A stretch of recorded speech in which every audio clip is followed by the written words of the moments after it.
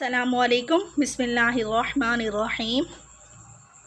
आज हमने एक्सरसाइज 1.3 का क्वेश्चन नंबर 4 करना है। क्वेश्चन नंबर 4 का फर्स्ट 3 पार्ट हमने पिछले लेक्चर में कर लिए थे। आज हमने 4th पार्ट से स्टार्ट करना है। क्वेश्चन नंबर 4 का 4th पार्ट है limit n approaches to infinity 1 + 1/3n raised to power n। अब यहाँ इस नंबर को देखें, अगर हम 1/3n को, तो इसका रेसिप्रोकल हमारे पास 3n होना चाहिए था, 3n। तो हमारे पास यहाँ पे सिर्फ n है, तो यहाँ हमें 3n चाहिए। तो 3n बनाने के लिए हम मल्टीप्लाई भी कर देंगे, 3 से डिवाइड भी कर देंगे। 1 + 1/3n, यहाँ आ जाएगा आपके पास 3n, 3 से मल्टीप्लाई कर दिया। अब हम इसी 3 से डिवाइड भी कर देंगे। अब हम यहाँ कंसीडर क्या कर लेते हैं, x को कंसीडर कर लेते हैं 1/3n। जब n अप्रोच करेगा इन्फिनिटी को, तो 1/∞ x यानी कि 0 हो जाएगा। तो जब n अप्रोच करेगा इन्फिनिटी को, तो x किसको अप्रोच करेगा, 0 को। और यहाँ पे अगर मैं यहाँ पे x की वैल्यू 1/3n है, तो 1/x हमारे पास किसके इक्वल हो जाएगा, 3n को। अब हम इस वेरिएबल, यहाँ पे वेरिएबल n है, इसको हम चेंज कर देते हैं वेरिएबल x में। तो ये हमारे पास इक्वेशन जो है बन जाएगी limit x approaches to 0, 1 + 1/3n को हम x कहेंगे, 3n को हम लोग कह रहे हैं 1/x, और इसकी पावर हमारे पास क्या बन गई है, 1/3। और ये वाला हमने क्वेश्चन पढ़ा था, हमने एक रिजल्ट प्रूफ किया था। Limit x approaches to 0, 1 + x raised to power 1/x हमारे पास e के इक्वल होता है। e की पावर आ जाएगी 1/3। अब हम इसका क्वेश्चन नंबर, इसका 5th पार्ट करते हैं। 5th पार्ट है हमारे पास limit n approaches to infinity 1 + 4/n raised to power n। अब यहाँ अगर हम इस नंबर को देखें तो 4/n है, इसका रेसिप्रोकल हमारे पास होना चाहिए था n/4। तो हमें यहाँ डिनोमिनेटर में, n के डिनोमिनेटर में हमें 4 चाहिए। तो हम क्या करेंगे, यहाँ पे 4 से मल्टीप्लाई भी कर देंगे और डिवाइड भी कर देंगे।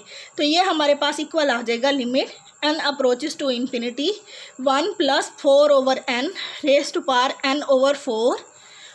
अब यहाँ 4 से हमने डिवाइड किया है, तो हम यहाँ पे मल्टीप्लाई भी करेंगे।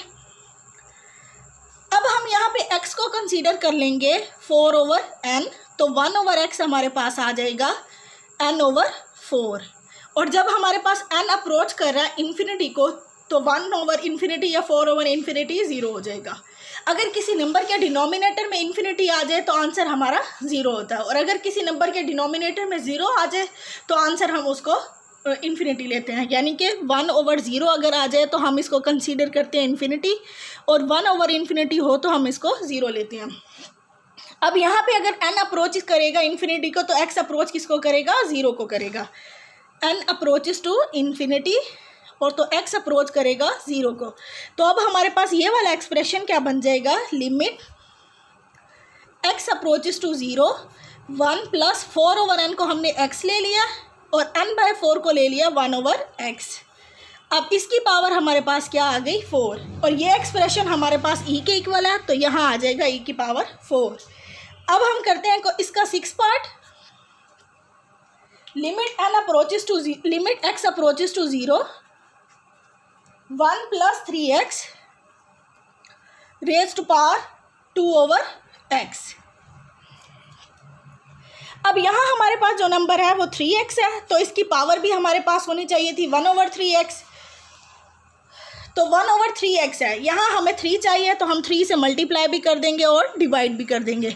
Limit x approaches to 0, 1 + 3x raised to power 2/3x। 3 से हमने डिवाइड कर दिया, अब हम 3 से मल्टीप्लाई भी कर देंगे, और ये जो 2 है इसको हम बाहर निकाल लेंगे। तो ये एक्सप्रेशन हमारे पास बन जाएगा limit x approaches to 0, 1 + 3x 1/3x, और 2 3 6 हमारे पास ये 6 हो जाएगा। अब ये हमारे पास नंबर है, और इसकी पावर में इसी का रेसिप्रोकल है। तो ये अगर हमारे पास होता है तो हम इस नंबर को e लेते हैं, तो हमारे पास आ जाएगा e, और e की पावर 6। हमें e की वैल्यू ये चाहिए होती है कि लिमिट x अप्रोचेस टू 0, तो 1 + x, और उसकी पावर में वही x जो होना चाहिए उसका रेसिप्रोकल होना चाहिए। अब हम इसका करते हैं 7th पार्ट।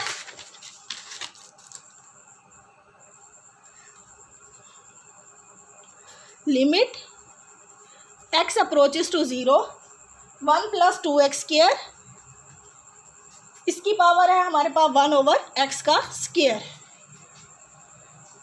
अब यहाँ 2x² है तो इसकी पावर होनी चाहिए थी 1/2x², तो हम 2 से मल्टीप्लाई भी कर देंगे और डिवाइड भी कर देंगे। Limit x approaches to 0, 1 + 2x², इसकी पावर 1/2x² हमें चाहिए, तो हमने 2 से यहाँ डिवाइड किया तो यहाँ पे 2 से मल्टीप्लाई भी कर देंगे। अब या तो हम डायरेक्ट भी लिख सकते हैं, यहाँ पे ये वैल्यू हमारे पास e के इक्वल आ गई है, यहाँ e² आ गया। अगर हमें डायरेक्ट में डाउट हो कि ये आंसर सेम है या नहीं है तो हम यहाँ पे पुट कर लेते हैं, t हमारे पास है 2x² और 1/t हमारे पास क्या हो जाएगा 1/2x का स्क्वायर।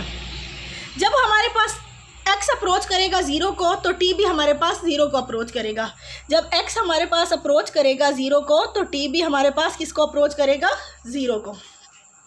तो ये एक्सप्रेशन हमारे पास क्या बन गया, limit t approaches to 0, 1 + t raise to power 1/t आ गया और इसकी पावर है 2।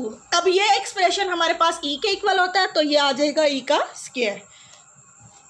अब इसका हम पढ़ते हैं 8th पार्ट। 8th पार्ट है limit h approaches to 0, 1 - 2h, इसकी पावर है 1/h। तो अब हमारे पास -2h एक नंबर है तो इधर भी पावर में हमारे पास क्या होना चाहिए था -1/2h। तो -2 से हम डिवाइड भी कर देते हैं, मल्टीप्लाई भी कर देते हैं। Limit h approaches to 0, 1 - 2h raise to power 1/2h, यहाँ से -2 से डिवाइड किया तो यहाँ -2 पे मल्टीप्लाई भी करना पड़ेगा। अब या तो हम डायरेक्ट भी लिख सकते हैं, ये वाली वैल्यू हमारे पास e के इक्वल है और ये e की पावर -2 आ जाएगी, लेकिन हमने अगर सब्सटीट्यूशन करनी है तो हम ले लेंगे t को ले लेंगे -2h, तो 1/t हमारे पास क्या आ जाएगा -1/2h। जब h अप्रोच करेगा 0 को तो हमारे पास t भी किसको अप्रोच करेगा 0 को करेगा। तो ये एक्सप्रेशन हमारे पास क्या बन गया, limit t approaches to 0, 1 plus -2h को हमने t लिया हुआ, 1 + t हो जाएगा, -1/2h हमारे पास 1/t के इक्वल है और इसकी होल पावर है -2, तो ये आ जाएगा -e की पावर -2। अब इसका हमने करना है क्वेश्चन, इसका 9th part. Limit x approaches to 0, x 1 + x raise to power x है।